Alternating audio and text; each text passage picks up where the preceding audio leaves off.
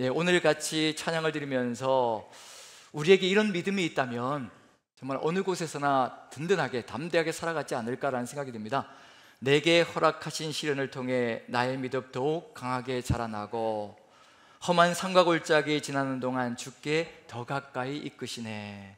시련과 고통과 좌절의 시간들이 우리를 무너뜨리는 것이 아니라 우리 믿음을 더욱더 강하게 만들고 더욱더 주님께로 가까이 가게 만드는 그런 역사가 있다면 이 세상의 그 어떤 위험스러운 것도 우리를 무너뜨릴 수 없다는 거, 지금 우리 개인적인 어려움들도 상당히 많을 것이라 생각되어지고요, 사업하시는 분들이 이렇게 전화드리면 지금 너무 어렵다라고, 전체적으로 쉽지 않은 시기다라고 이렇게 고백들을 합니다.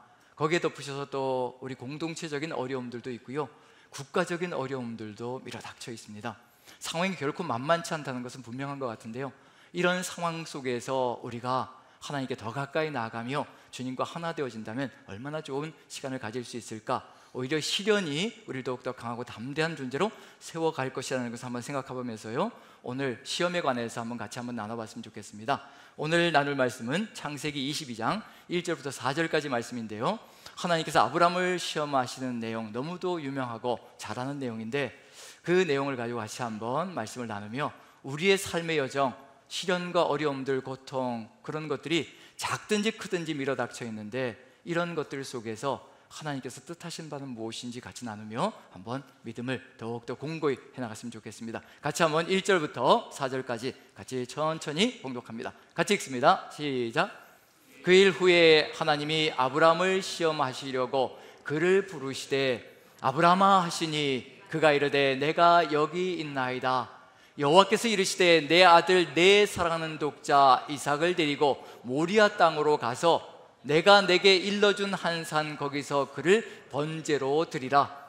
아브라함이 아침에 일찍이 일어나 나귀의 안장을 지우고 두 종과 그의 아들 이삭을 데리고 번제에 쓸 나무를 쪼개어 가지고 떠나 하나님이 자기에게 일러주신 곳으로 가더니 제3일에 아브라함이 눈을 들어 그곳을 멀리 바라본지라. 개인적으로 여러분들 또 지금 어려움이 없다 할지라도 우리의 삶 속에서는요, 시련이라는 것은 언제든지 밀어닥치게 되어 있습니다. 지금 시련이 끝났다고 해서 그것이 영원토록 우리가 살아가는 그 순간에 다시는 이런 시련과 어려움들이 오지 않는다, 그런 법은 없거든요. 사단이 지금도 활개치면서 다니고 있는 세상 속에서 우리가 살아가는 이 상황 속에 어려움과 시련들은 늘 밀어닥칠 때가 많다는 것, 그런 상황 속에서 하나님께서는 그 시련과 어려움들을 없애주시는 것이 아니라 그 속에서 우리가 어떻게 견고하게 서나갈 수 있을 것인가, 그것을 바라보시며 우리를 훈련시키시고 이끌어 가신다는 것. 여기서 시험을 하지 않으시면 참 좋겠는데 시험을 하신다라고 되어 있습니다. 왜 시험을 하실까? 우리를 시험하시는 이유는 뭘까? 그 일 후에라는 말로 시작하는 것을 보면 그 일 후에라는 것은 아브라함이 준비가 되어져 있다는 것을 느껴볼 수가 있거든요. 다 점검하신 후에 이 정도면 또 따라올 수 있고, 이 정도면 능히 이겨낼 수 있고, 이 정도면 능히 이것을 충분히 극복할 수 있을 것이라 라는 것을 다 보시고 점검하시고 우리에게 시험하시는데, 이 시험의 의미가 무엇이고 그리고 또 시험을 주시는 그런 이유들이 무엇인지 한번 살펴본다면요, 우리의 삶도 다시 한번 더 돌아보면서 좀 더 견고하게 걸어갈 수 있지 않을까 생각이 듭니다. 우리는 삶의 여정 속에서 어려움이 닥치게 되면 왜 나에게 이런 일을 주십니까? 라고 이렇게 호소할 때가 있습니다. 하나님께 그렇게 호소하면서 기도하기도 하지요. 그런데 우리가 하나님께 왜 접니까? 라고 얘기하지 않을 때가 있거든요. 축복이 쏟아져 들어올 때, 모든 것이 좋을 때는요, 하나님께 그런 질문을 하지 않습니다. 왜 그렇습니까? 라고 질문하지 않고 어렵고 힘겨울 때는 이런 질문을 하거든요. 한 사람의 이야기를 먼저 나누면서 같이 좀 나아갔으면 좋겠습니다. 아더 애쉬라는 사람인데 미국의 1960년대 70년대 테니스 세계적인 스타입니다. 테니스로 세계를 제패했던 사람인데 그 당시에 이 사람을 따라갈 사람이 없다 할 정도로 굉장히 유명한 선수였던 사람입니다. 어느 정도로 유명했냐면 테니스계의 그랜드 슬램이라는 게 있거든요. 4개 메이저 대회라는 것이 있습니다. US 오픈이 있고 프랑스 오픈이 있고 호주 오픈이 있고 윈블던 대회가 있거든요. 이 4가지 메이저 대회를 석권하고, 그것도 한두 번도 아니고 여러 차례에 걸쳐서 이 메이저 대회들을 석권하고, 이 4가지를 다 석권하면서 그랜드 슬램을 이루고, 그리고 나서 이제 굉장히 유명한 탄탄한 입지를 다져가면서 선수 생활을 해나갔는데 어느 날 갑자기 심장마비 증세가 오기 시작하는 겁니다. 여러 차례 심장마비가 오면서 어쩔 수 없이 수술을 하게 되었거든요. 이게 선수 생활을 계속 할 수 있을까 없을까라는 그런 절체절명의 순간이 되면서 이제 수술에 들어가게 되는데, 심장 수술을 2번을 하게 되었다고 합니다. 그런데 수술을 하면서 두 번째 수술을 받으면서 에이즈에 걸리게 되었습니다.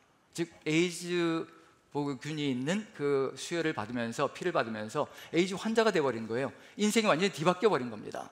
그러면서 이제 그렇게 공고한 선수 생활 모든 것이 다 끝나고 이제 투병하는 생활로 넘어갔는데, 이 아더 애쉬라는 사람이 그럼에도 불구하고 수많은 전 세계 팬들이 이제 편지를 보내거든요. 격려하고 위로하고 그리고 또 용기를 북돋아주는 그런 편지들을 보내주고, 그런데 이 아더 애쉬가 어느 날 그 모든 것들을 하나님의 뜻으로 다 받습니다라는 그런 이야기를 했을 때, 한 사람이 이런 편지를 보냈다고 합니다. 이런 질문을 했다고 해요. 어떤 질문이냐면요, 왜 하나님은 당신에게 그같이 나쁜 병에 걸리게 했을까요? 이런 질문들은 참 많이 받죠. 고통과 고난이 닥쳐올 때 왜 그런 것들을 하나님께서 허락하셨을까요? 왜 하나님은 당신에게 그같이 나쁜 병에 걸리게 했을까요? 라고 이런 질문을 하는 편지를 받자 그가 이제 즉답을 합니다. 어떤 내용으로 즉답을 하냐면요, 제가 한번 읽어볼 테니까요, 한번 그분의 대답을 한번 들어보시죠. 전 세계적으로 5천만 명의 어린이들이 테니스를 합니다. 그중 500만 명이 테니스를 정식으로 배웁니다. 그중 50만 명이 직업 선수가 됩니다. 그중 5만 명이 리그전에 참여합니다. 그중 5천 명이 그랜드슬램 대회에 참여할 자격을 얻습니다. 그중 50명이 윈블던에 참여할 자격을 얻습니다. 그중에 4명이 준결승에 진출하고 그중 2명만이 결승전에 갑니다. 제가 윈블던 우승컵을 들었을 때 저는 왜 접니까? 라고 하나님께 질문하지 않았습니다. 묻지 않았습니다. 당연한 것처럼 누렸다는 얘기거든요. 당연한 것처럼 받았다는 얘기거든요. 그렇게 메이저 대회들을 우승하면서 축복을 누리고 삶이 영광스럽게 넘어가는 그 시간에는 단 한 번도 왜 저에게 이런 영광을 주십니까? 왜 저를 이렇게 높여주시는 겁니까? 그런 질문을 한 번도 한 적이 없다는 겁니다. 그런데 어떻게 나에게 이런 질병을 주셨다고 해서 내가 하나님께 왜 접니까? 라고 질문할 수 있겠습니까? 그렇게 대답을 했다는 얘기거든요. 우리의 삶의 여정 속에서도 마찬가지인 것 같습니다.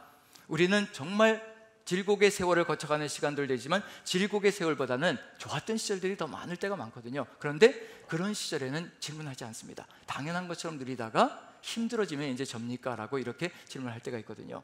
왜 이런 시련을 주시는가? 아더 애쉬의 이 상황들을 보면서 이 아더 애쉬는 하나님의 마음을 알았던 것 같습니다. 자신의 질곡의 시간을 거치면서, 고통의 시간을 거치면서 자신에게 주었던 그 수많은 아름다웠던 영광스러웠던 시간이 얼마나 큰 은혜였는가를 깨달았다는 얘기거든요. 우리의 삶도 역시 마찬가지라 생각되어집니다.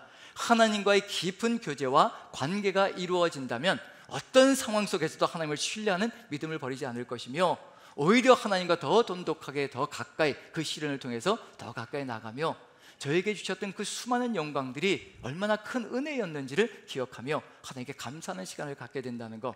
50세의 나이로 단명할 수밖에 없었던 삶을 살아갔지만 그래도 아더 애쉬는 굉장히 복 있는 사람이라고 생각되어집니다.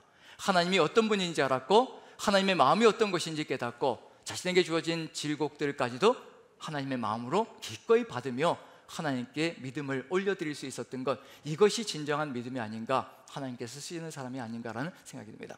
지금도 그의 이야기는 이렇게 회자되면서 우리에게 믿음의 본으로 전해지고 있다는 얘기거든요. 그런 점에서 지금 우리의 삶의 여정 속에서 우리를 시험하시는 이유는 도대체 무엇일까? 아브라함의 이야기 속에서요, 이건 작은 시험이 아니거든요.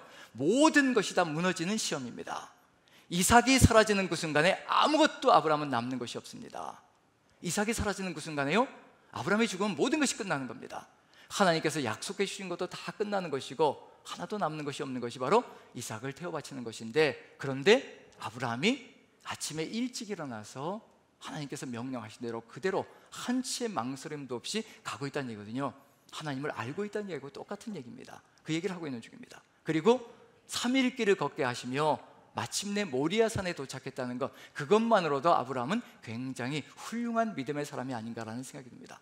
그리고 그 과정을 통해서 하나님께서 무엇을 하시러 가시는지, 그건 차후로 이제 이야기가 되어질 터인데, 우리를 시험하시는 이유, 시험이란 단어가 어떤 의미가 되는가를 한번 살펴본다면요, 우리를 시험하시는 이유가 뭔지도 더 깊이 있게 느껴볼 수 있지 않을까 싶습니다.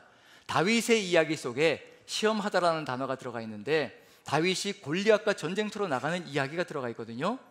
다윗이 골리앗이 이스라엘을 비방하고 하나님을 비방하는 이야기를 듣고 골리앗의 입에서 쏟아져 나오는 것을 듣고요, 저 어떻게 개 같은 이방인이 하나님을 비방할 수 있겠습니까? 내가 나가서 싸우겠습니다. 사울에게 가서 그렇게 이야기를 하거든요. 그때 사울이 다윗에게 이제 갑옷도 입혀주고 이러면서 이제 무장을 시켜주는데, 그때 나오는 단어가 한 가지 있습니다. 시험하다라는 단어와 똑같은 단어인데, 그걸 읽으면, 그 단어를 보면 하나님께서 우리를 시험하시는 것이 어떤 이유인가, 시험을 통해서 무엇을 이루어 가시길 소망하시는가, 그걸 느껴볼 수 있지 않을까라는 생각이 듭니다. 한번 읽어볼 텐데요, 거기서 시험하다라는 단어와, 지금은 보지 않으셔도 됩니다, 시험하다라는 단어와 똑같은 단어, 한글로는 다르게 번역이 되어 있어요. 그걸 찾아내는 겁니다. 이거 국어 시간 같은 느낌이 드는데, 이런 걸 자꾸 해야 치매도 예방할 수 있고요, 그리고 우리의 마음도 맑아질 수가 있습니다. 또 졸음도 쫓아버릴 수가 있고요. 그래서 사무엘상 17장 38절부터 40절까지 읽는데, 시험하다라는 단어와 똑같은 단어가 다른 한글로 번역되어 있습니다. 그걸 한번 찾아보시는 겁니다. 같이 한번 천천히 읽습니다. 같이 시작. 이에 사울이 자기 군복을 다윗에게 입히고 노투구를 그의 머리에 씌우고 또 그에게 갑옷을 입히매, 다윗이 칼을 군복 위에 차고는 익숙하지 못하므로 시험적으로 걸어보다가 사울에게 말하되, 익숙하지 못하니 이것을 입고 가지 못하겠나이다 하고 곧 벗고, 손에 막대기를 가지고 시내에서 매끄러운 돌 5을 골라서 자기 목자의 제구 곧 주머니에 넣고 손에 물매를 가지고 블레셋 사람들에게로 나아가니라. 자, 여기서 시험하다라는 단어와 똑같은 단어가 들어가 있습니다. 어떤 단어인 것 같으신가요? 마시는 분에게는 선물을 드릴 수도 있는데, 차후로, 지금은 없으니까요. 자, 어떤 단어인가요? 시험하다라고 똑같이 하면 이건 질문이 아닌 거죠. 자, 어떤 단어요? 아니, 오전에는 맞히셨는데 오후에는, 저녁 때는 이제 다들 피곤하셔서 그러신 거죠. 자, 한번 찍어보시죠. 어떤 단어인 것 같은지. 힌트는 2번 나옵니다. 2번. 익숙하다라는 단어, 익숙하다라는 단어. 시험하다라는 단어와 익숙하다라는 단어가 히브리 원어로 낯사라는 단어로 같은 단어입니다. 그런데 여기는 익숙하다라고 번역이 되어져 있습니다. 그럼 이제 익숙하다라는 뜻은 길들여졌다, 그리고 몸에 맞는다, 그리고 딱 알맞다, 그런 의미가 들어가 있는 거죠. 그럼 이제 이렇게 해석해 볼 수가 있습니다. 시험하다가 어떤 의미를 가지고 있는지, 하나님께서 왜 우리를 시험하시는지, 무엇 때문에 시험하시는지, 그 이유가 분명히 들어가 있거든요. 왜 시험하실까요? 익숙하게 만드시는 겁니다. 하나님의 손에, 하나님이 쓰시기에, 하나님이 사용하시기에, 하나님이 뜻하신데 알맞게, 그리고 적용되어지고 길들여져서 알맞게 익숙하게 사용하시기 위해서 우리를 시험하시는 거거든요. 그 시험과 시련을 통해서 우리가 하나님의 뜻을 따라가는 사람이 되어가고 있고요, 하나님의 뜻이 무엇인지 깨닫게 되고요, 왜 이런 시험을 주셨는가, 이 시험을 통해서 우리에게 하시고자 하시는 일이 무엇인가, 그걸 깨닫게 만들어 가시는 겁니다. 우리를 시험하실 때 다르게 생각하지 마시고요, 하나님께서 나를 하나님께 꼭 알맞게 만들어 가시는구나, 하나님의 뜻과 일치시켜 가시려고 나를 시험하시는구나, 내 중심을 보시려고 그러시는구나, 그렇게 생각하시면 그게 정답입니다. 그렇게 하시는 이유가 분명히 있겠죠. 여기서 분명히 들어가 있는 건 뭐냐면요, 여러분들이 한번 질문 드려보죠. 여기 노트구와 그 다음에 갑옷과 칼과 그 다음에 나무 막대기하고 그리고 또 돌하고, 어느 쪽이 더 대단한 무기가 될 수 있을까요? 적진으로 나아갈 때 갑옷과 그 다음에 노트구와 그 다음에 칼이겠죠. 그 당시에 이런 무기를 가지고 있는 사람은 이스라엘에 사울과 요나단밖에 없었습니다. 철제로 된 무기를 가지고 있는 사람은 바로 사울과 요나단밖에 없었는데, 그걸 지금 다윗에게 입혀주고 있고요, 갑옷을 입혀준다는 얘기는 어떤 무기든지 보호해서 막아줄 수 있는 그런 장비를 갖춰주는 거고요, 칼을 쥐어준다는 얘기는 이 칼로 공격할 수 있는 무기가 되게 만들어주기 위해서 칼을 쥐어주는 겁니다. 나무 막대기와 돌에 비하면 이건 대단한 무기라고 할 수가 있거든요. 그런데 아무리 대단한 것도 익숙하지 않으면, 내 손에 익어지고 내 몸에 딱 맞지 않으면요, 아무 의미가 없을 수가 있습니다. 오히려 방해가 될 수 있다는 얘기거든요. 자, 이걸 한번 생각해 본다면, 내가 지금 하나님께 꼭 알맞는 사람인가 아닌가에 따라서 하나님이 쓰실 수 있는가 쓰실 수 없는가까지 판정되어진다는 얘기거든요.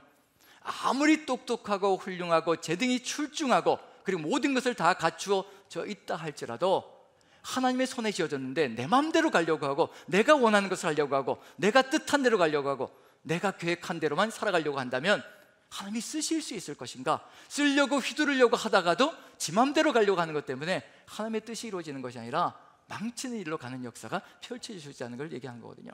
하나님께서 하나님의 손에 익숙하게 만드셔서 하나님과 혼연일체가 되어서 하나님의 뜻을 이루어가는 그런 삶을 살아가게 만들어 가시려는 거, 분명히 그 이유가 있을 거거든요. 그렇게 우리를 하나님과 혼연일체가 되고 하나님의 뜻과 하나 되어져서 걸어가게 하시는 이유가 뭘까? 분명히 이유가 있을 겁니다. 하나님의 말씀을 내 가슴 속에 채워서 그 말씀대로 살아가게 하려는 그 이유가 무엇인지 그걸 안다면요, 우리가 하나님의 시험을 통과하는 것이 어떤 의미를 가지고 있는 것인지 그것도 분명히 알 수 있지 않을까 싶습니다. 두 가지 방향을 봅니다. 그렇게 될 때와 그렇게 되지 않을 때 어떤 길로 가게 되는지 이스라엘 역사 속에 다 들어가 있습니다. 시험이란 단어가 계속해서 나오는데요, 어떤 시험을 통과할 것이냐에 따라서 어떤 길을 걸어갈 것이냐, 하나님께서 우리를 시험하시는 이유는 어떤 목표를 가지고 있는 것인가. 그래서 신명기 8장을 한번 봅니다. 신명기 8장, 자, 2절 같이 한번 읽어보죠. 여기도 시험하다라는 단어가 들어가 있는데 익숙하게 만들어 가시는 겁니다. 우리를 하나님께 꼭 알맞게. 자, 2절 같이 읽습니다. 시작. 내 하나님 여호와께서 이 40년 동안에 내게 광야길을 걷게 하신 것을 기억하라. 이는 너를 낮추시며 너를 시험하사 내 마음이 어떠한지 그 명령을 지키는지 지키지 않는지 알려 하심이라. 너를 시험하사 그 명령을 지키는지 지키지 않는지 시험하려 하시는 것이라, 알려 하시는 것이라. 하나님이 간절히 알고 싶은 것은 다른 것이 아니라요, 하나님의 말씀대로 살아가느냐 아니냐를 보고 싶어하는 그런 마음이 가득히 들어차 있습니다. 하나님의 말씀대로 살아갈 때 어떤 일이 벌어지는지, 하나님은 어떤 일을 벌여주실지 마음에 이미 가지고 계시기 때문에 그렇습니다. 뭔가를 가지고 계시거든요. 여기서 광야 여정 속에서 이와 같이 시험하십니다. 40년의 여정 동안 시험하시며 하나님께 익숙한 존재가 되게, 하나님의 말씀 한마디에 모든 것을 내어놓는 존재가 되게 만들어가는 것이 광야 40년의 여정 속에 하나님께서 하신 일이거든요. 결국 마침내 이와 같은 존재로 세우시는 겁니다. 3절 같이 한번 읽어보죠. 같이 시작. 너를 낮추시며 너를 줄이게 하시며 또 너도 알지 못하며 내 조상들도 알지 못하던 만나를 내게 먹이신 것은 사람이 떡으로만 사는 것이 아니요 여호와 입에서 나오는 모든 말씀으로 사는 줄을 내가 알게 하려 하심이니라. 여기서 분명히 뭐라고 되어 있냐면요, 자, 광야에서 만나를 먹이실 때 풍족하게 먹이셨다고 얘기하나요? 아니면 줄이게도 하셨다고 얘기하시나요? 줄이게도 하셨다고 얘기하십니다. 우리의 삶의 여정 속에서요, 때로는 정말 부족하게 결핍이 느껴질 정도로 이렇게 살아갈 수 있을까라는 생각이 들 정도로 어려움을 주실 때도 있습니다. 마음을 보시길 소망하시는 겁니다. 광야 여정 속에서 만나를 주셨다고 하는데 그 모든 것들이 꽉 채워져서 풍족하게 누린 것만은 아니라는 것을 분명히 보여주는 겁니다. 이렇게 하는데도 나를 따라올 수 있겠느냐? 나만 믿고 신뢰할 수 있겠느냐? 아무것도 주지 않는데도 나만 믿고 따라올 수 있겠느냐? 제가 한국 돌아와서 유학에서 돌아와서 시간 강사 생활을 할 때 어느 순간, 이게 시간 강사는 말 그대로 강의가 있으면 이제 사례비가 들어오고요, 강의가 없으면 사례비가 안 들어오고, 그리고 방학 동안에는, 제가 강의 시작할 때는 방학 동안에는 사례라는 게 없었거든요.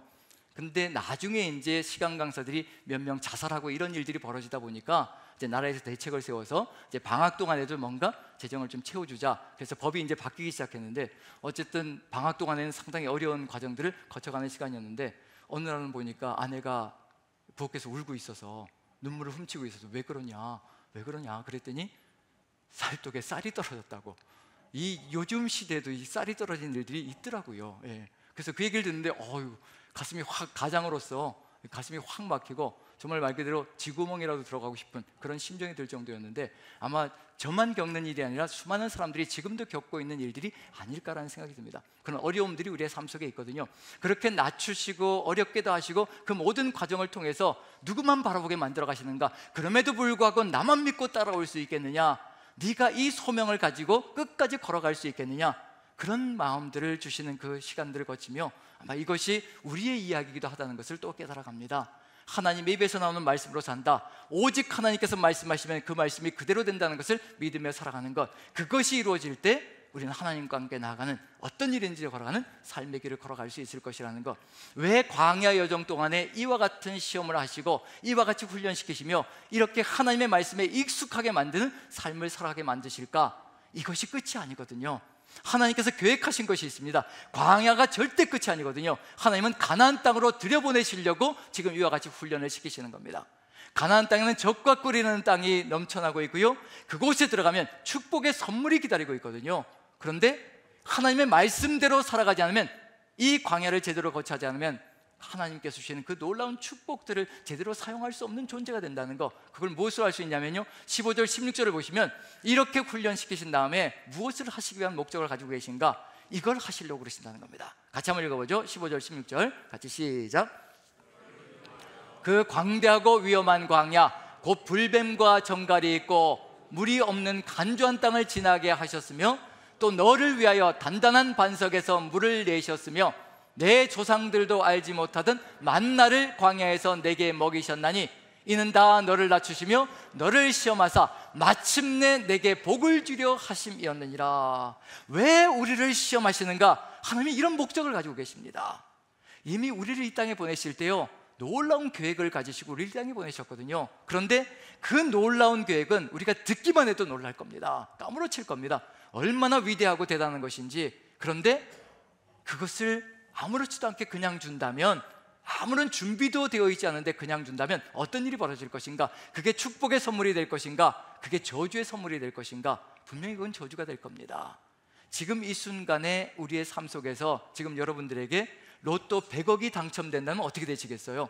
로또 100억이 당첨된다면 어떤 일이 벌어지겠습니까? 한번 생각해 보시죠. 상상만 한번 해보시죠. 로또 100억이 당첨되었다. 주일날 여기 나오시겠습니까? 네, 어떻게 하시겠어요? 수요일 예배도 나오시겠습니까? 나오면 어떻게 될까요? 주변 사람들이 쳐다보는 눈이 다르게 느껴질 거거든요. 뭐 좀 나한테 안 주나라는 눈빛으로 자꾸 쳐다보는 것 같은 그런 마음이 들기 시작할 겁니다. 전에도 쳐다봤는데, 전에도 손잡고 사랑합니다라고 했는데, 이젠 사랑합니다라고 얘기하면 내가 뭘 줘야 되는 건가? 이런 마음이 들기 시작할 거거든요. 색깔이 달라지기 시작합니다. 내가 더 많은 것을 누리기 시작하면요, 사람들이 나를 왜 쳐다보는지, 왜 이렇게 나한테 친절하게 대하는지, 그런 것까지도 자꾸 해석해야 되고, 그런 일들이 벌어지거든요. 하나님께서 우리에게 놀라운 축복을 주시기 전에 우리 중심을 보셔야 되는 겁니다. 중심을 아셔야 되는 겁니다. 이것을 주어도 무너지지 않고 저주 가운데 빠지지 않고, 이 축복의 선물을 가장 아름답게 하나님의 뜻을 받들어서 정말 말씀 한마디에 하나님께서 옮기라 하시면 옮겨놓고, 주라 하면 주고 나누라 하면 나누고, 그리고 멈추라면 멈추고, 그런 길로 갈 수 있는 존재가 될 것인지, 이 놀라운 축복을 주었을 때 정말 실족하지 않고 하나님과 함께 살아갈 수 있는 존재가 될 수 있을 것인지, 우리를 시험하시는 이유는 바로 그겁니다. 축복을 주시기 위해서 시험하시는 겁니다. 더 놀라운 역사를 이루어 주시기 위해서 우리 지금 시험하시고, 하나님께서 더 익숙하게 만들어 가시는 거고요, 하나님 몸에 꼭 알맞게 만들어 가지고 하나님과 혼연일체가 되어서 하나님의 뜻이 우리의 뜻이 되어서 하나님의 뜻을 펼쳐가는 존재로 세워가시려고, 죽이시려고 그러시는 게 절대 아닙니다. 우리에게 축복을 주시려고 준비시키는 것이 바로 이와 같은 훈련이고요, 시험하시는 겁니다. 그래서 혹시 지금 어려운 시험 가운데, 질곡 가운데 거하고 있다면요, 기뻐하십시오. 곧 하나님의 놀라운 축복이 쏟아져 들어옵니다. 그 놀라운 축복의 선물을 가장 아름답게 다룰 수 있게 하시려고 하나님께서 이와 같은 훈련을 하시고 시험하시며 이끌어 가신다는 것, 그걸 보여주고 있는 중입니다. 이걸 안다면 시험이 올 때 두려움보다는 하나님께서 주실 그 미래의 그 계획들을 기대하면서 감사하며 나아가는 역사가 펼칠 수 있다는 얘기거든요. 제가 어떤 분의 이야기를 들으면서 굉장히 감동을 받았는데, 이분은 어려움이 닥치면 이렇게 기도한다라고 얘기를 합니다. 우리는 어려움이 닥치면 어떻게든지 이걸 빨리 해소해달라고 중보기도팀에 알리고, 중보기도팀에 알려서 빨리 이 사건이 해결되어지고 이 상황이 해소되어지길 바라는 마음으로 나가는데, 이분은 이렇게 기도한다고 합니다. 하나님, 제가 어떻게 이 입술로 감사하게 하시려고 이 시련을 주시는 겁니까? 그 기도가 진짜 기도거든요. 하나님께서 감사하게 만들어 주시려고, 놀라운 축복으로 이끌어 가시려고 지금 이와 같은 시련을 허락하시는데, 우리가 그걸 보지 못한다면 우린 이걸 치워달라고만 할 거거든요. 하지만 이것을 잘 극복하고 하나님과 함께 통과해 나갈 때 하나님께 주실 놀라운 축복이 기다리고 있으며, 우리 입술에는 또 감사와 찬양이 넘쳐나는 존재가 될 것이라는 거, 그걸 우리에게 보여주고 있는 중입니다. 하지만 동일한 광야에서 반대의 길로 나가는 사람이 있습니다. 여기서는 하나님께서 시험하셔서 하나님께 익숙한 존재로, 하나님께 길들여진 존재로, 하나님의 뜻과 일치되어진 존재로 이끌어 나가는데, 또 다른 방향이 있거든요. 아마 어느 쪽이 우리의 방향이 될지는 우리가 각자가 또 결정하며 걸어가야 될 삶이라 생각되어집니다. 출애굽기 17장을 한번 보죠. 출애굽기 17장 1절 한번 읽어봅니다. 1절 같이 읽습니다. 시작. 이스라엘 자손의 온 회중이 여호와의 명령대로 신광야에서 떠나 그 노정대로 행하여 느비딤의 장막을 쳤으나 백성이 마실 물이 없는지라. 자, 우리 같으면 광야에서 마실 물이 없으면 어떻게 할까요? 마실 물이 없으면 우리는 그 자리에서 뭘 하면 되는 건가요? 하나님께서 이 광야로 우리를 들여보내신 거니까 누가 책임지셔야 되는 거예요. 아무것도 없는 광야이면 그 자체는 무릎 꿇고 하나님께 간구하면 되는 거거든요. 하나님, 물이 없습니다. 하나님께서 우리 이 땅을 통과하게 하셨사오니 하나님께서 우리를 살려 주셔야 합니다. 하나님만이 우리의 생명줄임을 고백합니다. 하나님 살려주십시오. 이렇게 하면 되는 거잖아요. 근데 2절 같이 한번 봅니다. 어떻게 하는지 같이 읽습니다. 시작. 백성이 모세와 다투어 이르되 우리에게 물을 주어 마시게 하라. 모세가 그들에게 이르되 너희가 어찌하여 나와 다투느냐? 너희가 어찌하여 여호와를 시험하느냐? 누가 누구를 시험해야 되는 걸까요? 누가 누구를 익숙하게 만들어야 될까요? 누가 누구를 길들여 가야 될까요? 누가 누구를 훈련시켜야 될까요? 하나님이 우리를 훈련시키시면서 하나님께 익숙한 존재로 세워서 하나님과 일치되어진 존재, 하나님의 뜻에 일치되어진 존재. 왜냐하면 우리는 계획이 없거든요. 우리는 어느 누구의 계획도 가지고 있지 않습니다. 우리 자녀들도 우리의 계획 속에 있지 않습니다. 우리가 자녀들의 인생을 책임질 수가 없습니다. 우리 자녀들의 계획도 하나님께서 계획 세우셔서 이 땅에 보내셨거든요. 하나님만이 길이십니다. 그런데 지금 누가 누구를 시험하고 있는 중인가요? 사람이 하나님을 시험하고 있습니다. 다른 말로 바꿔볼까요? 사람이 하나님을 자기의 손에 익숙하게 만들어 가고 있는 중입니다. 하나님을 자신의 손에 길들여 가고 있는 중입니다. 그게 하나님을 시험하는 겁니다. 그러면 이렇게 된다면 어떤 일이 벌어질까요? 우리가 하나님을 길들이고 우리의 손에 익숙하게 내가 마음대로 사용할 수 있는 존재로 만들어 간다면 어떤 일이 벌어질까요? 그건 하나님이 아니라 우상일 겁니다. 만약에 내 마음대로 되는 신이 있다면요, 내가 원하는 대로 되는 신이 있다면요, 절대 하나님 아닙니다. 그건 우상을 거머쥐고 있는 겁니다. 우상을 거머쥐고 죽음의 길로 가고 있는 중입니다. 지금 그 일이 벌어지고 있는 중이거든요. 지금 이와 같은 상황들이 벌어지면 어떤 일이 벌어질 것인가? 7절 같이 한번 읽어보죠. 같이 시작. 그가 그곳 이름을 마사 또는 무리바라 불렀으니 이는 이스라엘 자손이 다투었으며 또는 그들이 여호와를 시험하여 이르기를 여호와께서 우리 중에 계신가 안 계신가 하였음이더라. 계신가 안 계신가. 이런 상황이 펼쳐지면 이제 내가 내 마음대로 살아가는 세상이 펼쳐지며 하나님의 뜻이 아니라 내 뜻을 이루어가는 세상이 펼쳐질 겁니다. 그러면 어떤 세상이 만들어질까요? 하나님이 우리를 시험하셔서 중심을 보시고 축복을 채워주시는 그런 세상. 여기는 내가 하나님을 시험해서 내가 원하는 대로 살아가는 세상. 어떤 세상이 더 아름다운 세상이 될 것인가? 이 두 가지로 비교해 보라는 겁니다. 어떤 세상이 아름다운 세상이 될 것인가? 이와 같이 이스라엘 민족이 안타깝게도요, 이와 같이 계속해서 하나님을 시험하고 시험하다가 결국에는 망하는 길로 갑니다. 죄악으로 가득 들어찬 세상이 되어버리고요, 그 세상은 사람들이 살아가기도 힘든 세상, 서로가 서로를 해치는 세상이 되어버리고 만다는 거. 그래서 한번 시편을 보면 시편 73편을 한번 보죠. 자, 41절부터 62절까지 한번 같이 한번 읽어봅니다. 같이 시작. 그들이 돌이켜 하나님을 거듭거듭 시험하며 이스라엘의 거룩하신 일을 노엽게 하였도다. 그들이 그의 권능의 손을 기억하지 아니하며 대적에게서 그들을 구원하신 날도 기억하지 아니하였도다. 하나님이 들으시고 분내어 이스라엘을 크게 미워하사 그가 그의 소유 때문에 분내사 그의 백성을 칼에 넘기셨으니. 자, 한쪽에는 하나님께 익숙해져서 하나님의 시험을 통과하며 하나님만을 믿고 그 말씀대로 따라가는 삶을 살아갈 때 축복의 선물이 쏟아져 들어왔다면요, 여기서 하나님을 시험하며 거듭거듭 시험하여 살아갔던 이스라엘 민족의 삶 속에서 결국 결론은 뭐냐면 결국 칼에 망하는 길로 가는 것이 그들의 삶의 결론이었다는 것을 알려주고 있는 중입니다. 지금 우리의 삶의 영혼은 어디로 가고 있는 중인지, 우리는 지금 하나님의 시험 가운데 그 시련 속에서도 하나님을 믿으며 걸어가는 삶의 길을 걸어가고 있는지, 아니면 하나님을 시험하는 길로 나아가고 있는지, 거기에 따라서 다른 목적지로 나아가게 된 역사가 펼쳐진다는 거. 그렇다면 이제 아브라함의 이야기 속에서도 동일한 역사가 펼쳐지겠죠. 아브라함은 믿음의 조상으로서 우리가 걸어가야 될 삶의 길을 반추하고 있다는 점에서 아브라함의 삶의 결론은 어떤 것일까? 모리아산으로 올라갔습니다. 모리아산으로 올라갔지요. 마지막 순간까지 이삭을 묻고 내리치려고 칼로 찌르려고 할 때 하나님께서 놀라셔서 아브라함아, 아브라함아, 그 아이에게 절대 손을 대지 마라. 그리고 말씀하시는 것이 있죠. 이제야 내가 나를 경외하는 줄 알겠다. 하나님을 경외한다는 것, 하나님의 말씀에 자신의 모든 것을 내어놓고 그 말씀을 따라 살아가는 삶, 어떤 명령이든지 정말 절체절명의 순간 불가능해 보이는 그 순간 속에서도 하나님의 명령이시기 때문에 한치의 토도 달지 않고 그 명령을 그대로 이뤄내는 것, 그게 경외함이라는 겁니다. 결코 쉽지 않거든요.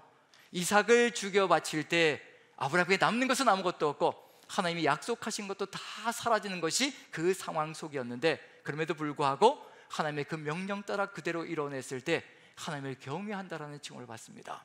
지금 우리의 삶의 여정 속에서 하나님께서 명령하시는 것 불가능해 보일 때가 있거든요. 도저히 이건 이룰 수가 없다는 그런 생각이 들어올 때도 있습니다. 하지만 하나님만이 답을 가지고 있습니다. 하나님만이 이유를 가지고 계시고 뜻을 가지고 계시고요, 하나님만이 그것의 목적을 가지고 계시다는 것, 그렇게 하나님께 경외하는 믿음을 보여드렸을 때 그제서야 하나님께서 주시는 것이 있습니다. 그동안 하나님께서 약속해 주신 것이 있거든요. 75세 때 아브라함이 믿음의 여정을 출발할 때 그때 약속하신 것이 있습니다.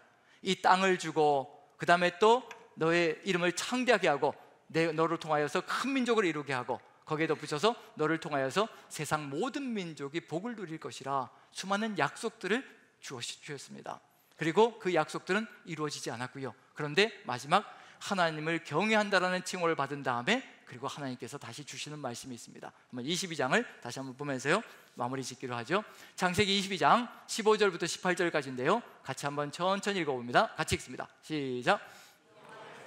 하늘에서부터 두 번째 아브람을 불러 이르시되 여호와께서 이르시기를 내가 나를 가리켜 맹세하노니 내가 이같이 행하여 내 아들 내 독자도 아끼지 아니하였은즉 내가 내게 큰 복을 주고 내 씨가 크게 번성하여 하늘의 별과 같고 바닷가의 모래와 같게 하리니 내 씨가 그 대적의 성문을 차지하리라. 또 내 씨로 말미암아 천하 만민이 복을 받으리니 이는 내가 나의 말을 준행하였음이니라 하셨다 하니라. 여기 16절에 보면요 이르시되 여호와께서 이르시기를 내가 나를 가리켜 맹세하노니 하나님께서 맹세하시는 겁니다. 하나님께서 맹세하셨다는 얘기는 무슨 얘기일까요? 반드시 이루어진다는 겁니다. 반드시 이 이야기는 절대로 사라지지 않을 것이며 반드시 이루어진다는 것을 하나님께서 맹세로 이루어 가시는 겁니다. 인간의 맹세도 지키려고 애를 쓰는데 하나님이 맹세하셨다는 건 이건 정말 절대로 이루어지지 않는 것이 아니라 이루어진다는 것을 알려주고 있는 중입니다. 내가 나를 가리켜 맹세하노니 내가 이같이 행하여 내 아들 내 독자도 아끼지 아니하였은즉 네가 너의 모든 것을 다 나에게 올려주었으니 내가 내게 큰 복을 주고 내 씨로 크게 번성하여 하늘의 별 같고 바닷가의 모래와 같게 하리니 민족이 번성하는 것을 의미하고요 내 씨가 그 대적의 성문을 차지하리라. 대적의 성문을 차지한다, 땅의 약속을 실현시켜 주실 것이라는 것을 말씀해 주시고 계시는 중입니다. 그리고 마지막으로 내 씨로 말미암아 천하 만민이 복을 받으리니 이는 내가 나의 말을 준행하였습니다. 하나님의 말씀을 준행할 때 어디까지 가는 것이 완성인가? 세상 모든 민족이 그를 통하여서 복을 누리는 것까지 하나님께서 우리에게 복을 주실 겁니다. 정말 복을 주실 겁니다. 우리에게 주신 모든 시련들과 어려움들 하나하나 오직 주님과 함께 주님의 뜻을 받들어서 한 걸음씩 한 걸음씩 걸어가며 하나님의 말씀을 우리 가슴 속에 채우고 그 말씀만이 참이요 진리라는 것을 믿고 그 말씀대로 그대로 살아가는 삶을 이루어간다면요 하나님께서 놀라운 축복으로 우리에게 채워주실 겁니다. 지금보다 더 놀라운 축복으로 채우시는 역사가 일어날 겁니다. 그 축복이 어떤 길이 열려져야 될 것인가? 그 축복이 나한테 머물러 있는 것이 아니라 너를 통하여서 천하 만민이 복을 받는 길로 너를 이끌어 갈 것이라. 하나님의 말씀 한마디에 그 복을 옮겨 놓을 수 있고 모든 사람에게 나눌 수 있는 길로 나아가는 그 길로 나가는 것, 누구를 믿기 때문일까요? 하나님을 믿기 때문에 이와 같은 길로 나아가는 역사가 펼쳐질 것이라는 것, 하나님을 믿고 신뢰하며 그 모든 훈련을 통과할 때 이와 같은 역사로 나아가는 삶이 이루어진다는 것, 그걸 보여줍니다. 욥의 이야기 속에 맨 마지막에 뭐가 들어가 있나요? 욥의 이야기 속에 그 질곡의 시간, 욥과 같은 고난과 고통을 겪었을 사람이 있을까라고 싶을 정도로 아주 처절하고 치명적인 고통들을 다 겪었는데 마지막 42장에 가면 2배의 복을 받았다라고 되어 있습니다. 그런데 2배의 복을 받았다라는 것이 중요한 것이 아니라요 욥이 하나님을 만났다라는 것이 중요한 겁니다. 그동안 귀로 듣기만 했던 그 하나님을 눈으로 직접 본다라고 고백하며 이제 하나님이 살아계시다는 것, 그것을 어느 때 느꼈냐면 아직 질곡의 고통이 끝나지 않은 그 시점에서 고백한 겁니다. 그대로 고통이 그대로 지속되고 있는 중이고 저주스러운 삶이 그대로 지속되고 있거든요. 근데 하나님께서 나타나서 만나주셨을 때 하나님을 고백합니다. 이제야 내가 하나님을 귀로 듣기만 했다가 이제야 제 눈으로 봅니다. 하나님이 누구이신지 이제 깨달았습니다. 하나님의 놀라운 역사가 무엇인지 깨달았습니다. 내가 이제 입을 닫고 그대로 회개하나이다 라고 고백했을 때 아무것도 이루어지지 않았을 때, 욥에게 어떠한 회복도 일어나지 않았을 때 욥이 하나님을 만났고 그 하나님을 고백했을 때 욥의 삶 속에 2배의 축복이 주어집니다. 어떤 의미일까요?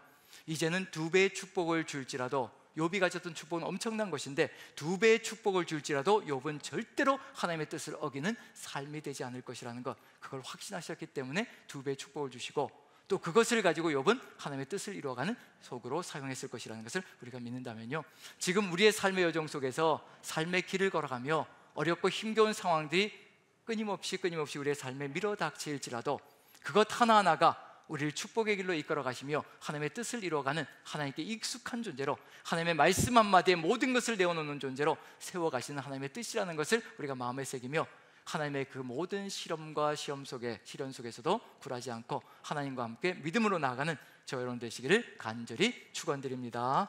우리 같이 한번 찬송 드리며 우리 기도하는 시간을 가졌으면 좋겠습니다. 우리 369장 죄짐 맡은 우리 구주 같이 찬양 드리며 우리 같이 한번 기도했으면 좋겠습니다. 죄짐 맡은 우리 구주, 죄짐 맡은 우리 구주, 어찌 좋은 친구인지, 걱정 근심 무거운지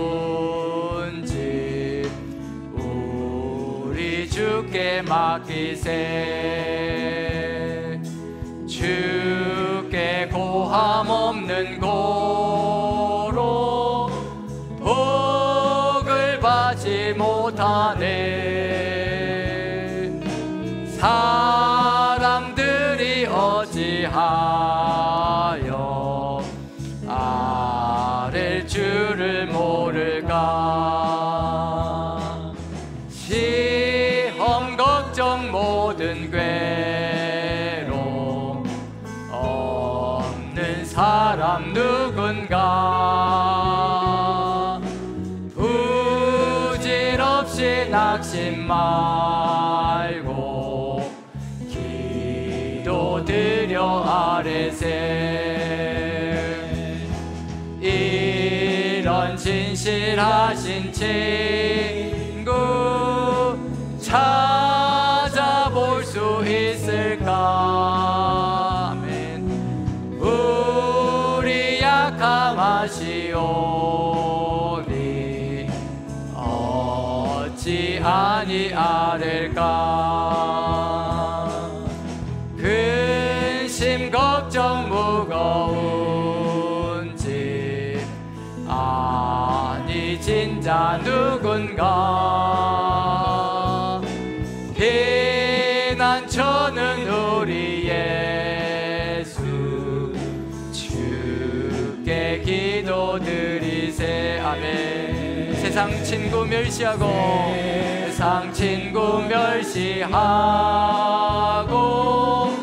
너를 조롱하여도 예수 품에 안기어서.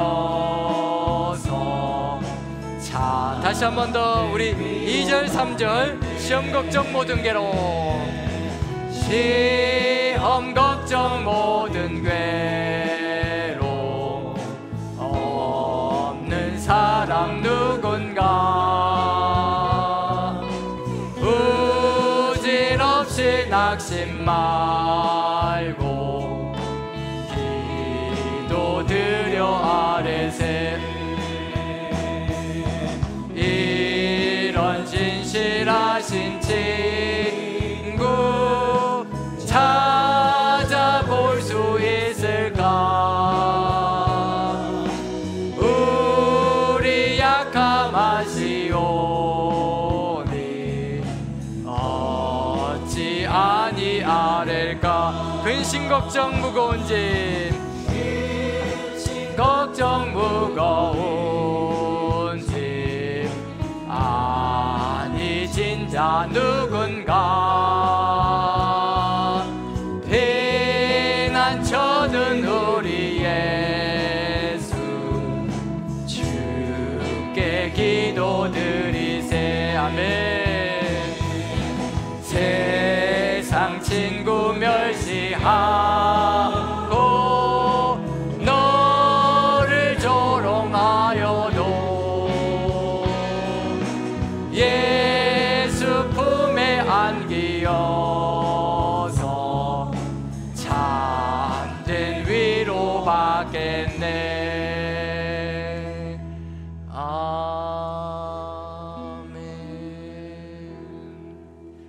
우리 같이 한번 기도하는 시간을 가졌으면 좋겠습니다. 지금 이 시간 우리의 삶의 여정 속에 시련이 오고 어려움이 올지라도 오직 주님만 함께 하시면 주님께서 이루어 가시는 그 길 속에 우리가 있음을 믿고 나아갈 수 있다는 확신을 가지고 믿음을 가지고 나가는 우리가 되게 도와주옵소서.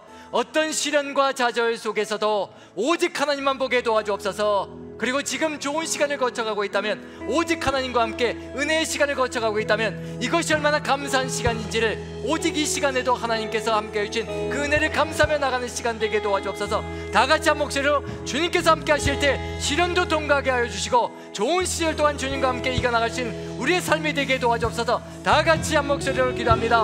하나님 아버지, 우리 주님께서 함께 하여 주셔서 우리의 삶의 여정 속에 우리가 부족하고 미력한 존재임을 고백합니다. 아버지, 어렵고 힘겨운 상황 속에서도 오직 주님만 바라볼 수 있게 우리를 시험하시는 아버지의 손길을 더 바르게 깨달아갈 수 있도록 도와주옵소서. 오직 주님께서 함께 하시는 그 여정 속에 우리가 주님과 함께 나가는 이 삶이 감격스러운 삶이 될 수 있도록 아버지께서 우리를 위하여 계획 세우신 그 놀라운 것들, 축복의 시간들을 아버지 우리가 기대하며 감사하며 나아갈 수 있게 도와주옵소서. 오직 주께서 이끌어가시는 그 역사 속에 우리가 있음을 믿고 아버지의 시험과 시련들 하나하나 아버지의 뜻 가운데 아버지와 일치되어진 삶으로 나아갈 수 있게 도와주시옵소서. 우리 모두가 그 길 속에서 아버지의 은혜를 깊이 누리는 삶이 될 수 있도록 축복하여 주시옵소서. 우리 같이 한번 한 가지 더 기도했으면 좋겠습니다. 우리의 개인 속에도 시련과 어려움이 있지만 우리나라에도 시련과 어려움이 있습니다. 이 삶의 정황 속에서 우리 대한민국을 우리 주님께서 책임져 주시고 함께하여 주셔서 오직 아버지께서 함께 하시는 나라, 아버지께서 이끌어 하시는 나라, 이 시련과 어려움이 극복되어지고 오직 아버지의 뜻을 받들어 나아가는 대한민국이 되게 하여 주시옵소서. 우리 다 같이 한 목소리로 기도하겠습니다. 사랑의 하나님, 우리 하나님께서 함께하여 주시고 은혜로 인도하여 주셔서 아버지, 이 시련의 시간이 지나고 이 어려움의 시간이 지나고 이 칠흑 같은 어둠의 시간이 지나 우리 대한민국이 아버지의 땅으로 변화될 수 있게 도와주시옵소서.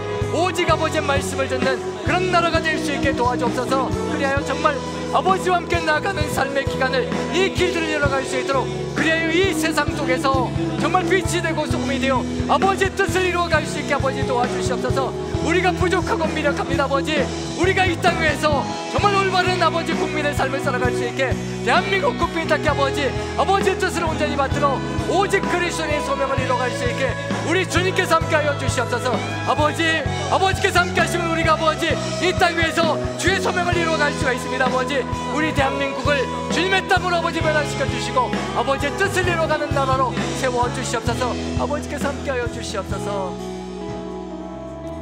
사랑의 하나님, 우리가 주님 앞에 기도합니다. 우리의 삶의 여정 속에서 시련과 어려움이 다가올 때마다 주께서 주시는 이 시험의 길들 아름답게 주님과 함께 극복해 나갈 수 있게 주님 도와주시옵소서. 아버지께서 계획하시고 뜻하신 것을 우리도 바라볼 수 있게 도와주시어서 오직 하나님께서 주시기를 소망하시는 그 축복의 길까지 아름답게 나아갈 수 있게 우리에게 힘을 주시고 능력을 더하시며 믿음을 더하여 주시옵소서. 그래요, 주님께서 주시는 그 놀라운 축복들 아름답게 누리며 이 세상 속에서 빛이 되고 소금이 되게 도와주옵소서. 우리 대한민국을 기억하여 주시옵소서. 아버지, 우리에겐 힘이 없고 능력이 없습니다. 아버지, 오직 주께서 함께하여 주셔서 우리에게 새로운 힘과 능력을 더하여 주시고 지혜와 명철을 더하여 주셔서 올바른 길 위에서 주의 뜻을 받들어 우리 대한민국을 주님의 나라로 이끌어가는 그 삶을 살아갈 수 있게 도와주시옵소서. 주님께서 모든 그리스도인들에게 삶의 길과 아름다움과 아버지께서 주시는 성령의 능력으로 가득히 채워주셔서 오직 주와 함께 동행하는 삶을 통하여 우리나라, 우리 대한민국을 아름답게 주님의 땅으로 이끌어가는 귀한 삶이 될 수 있도록 도와주시옵소서. 우리 주님께서 함께 하시며 이끌어 가시고 우리가 이 일을 이루어 나갈 수 있도록 생과 능력으로 성령 충만함으로 이끌어 가실 줄로 믿고 우리 구주 예수 그리스도 그 귀하신 이름 받들어 감사드리며 기도하옵나이다. 아멘. 아멘. 우리 다 같이 일어나셔서 우리 한번 선포하는 시간을 갖습니다. 주님 오실 때까지 주님께서 주시는 어떤 시련이 있는지 믿음으로 이기겠노라고 결단하며 다 같이 선포합니다. 시작. 아멘. 주 예수여 오시옵소서. 마라나타. 아멘.